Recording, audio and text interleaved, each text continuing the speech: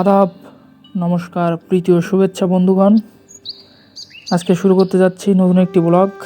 আমরা ছুটে চলেছি খুলনা বিভাগের সাতক্ষীরা জেলার কলারাওয়া উপজেলার মঠবাড়ি নবরত্ন মন্দিরে।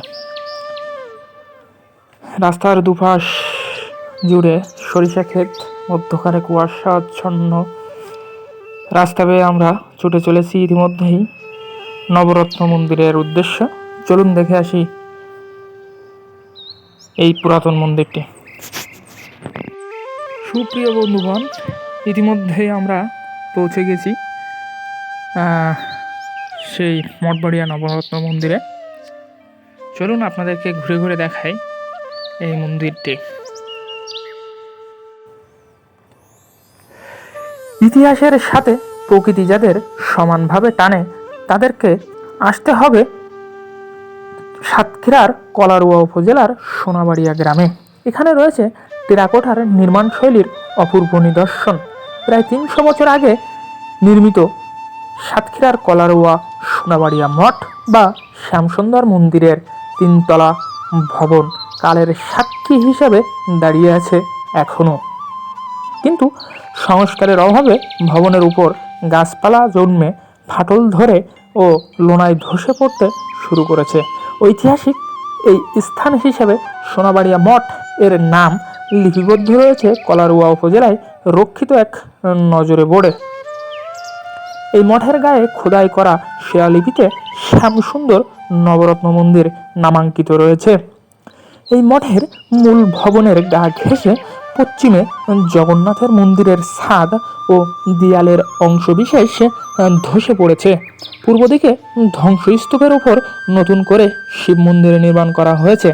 দক্ষিণে রয়েছে আরেকটি ধ্বংসে পড়া ভবনের অংশবিশেষ, যার কোনো সঠিক পরিচয় পাওয়া যায়নি।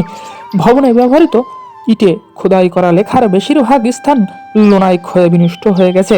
তবে যেটুকু লেখা অবশিষ্ট আছে তা এখনকার মতো বাংলা হরফে নয়। কিছু শব্দ বর্তমান বাংলার মতো হলেও অনেক শব্দ একেবারে বোঝা যায় না।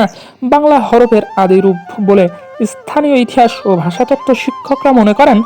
আর হরফের এই রূপ দেখে এর নির্মাণকাল 400 বা 500 বছর আগে, কেউ বা 700 বা 800 বছর আগের বলে এসব শিক্ষকরা অভিমত ব্যক্ত করেন। তবে প্রত্নতত্ত্ব অধিদপ্তরের মতে মন্দিরটি 1700 খ্রিস্টাব্দে জনৈক হরিরাম দাস ওরফ বা মতান্তরে দুর্গাপ্রিয় দাস নির্মাণ করেছিলেন।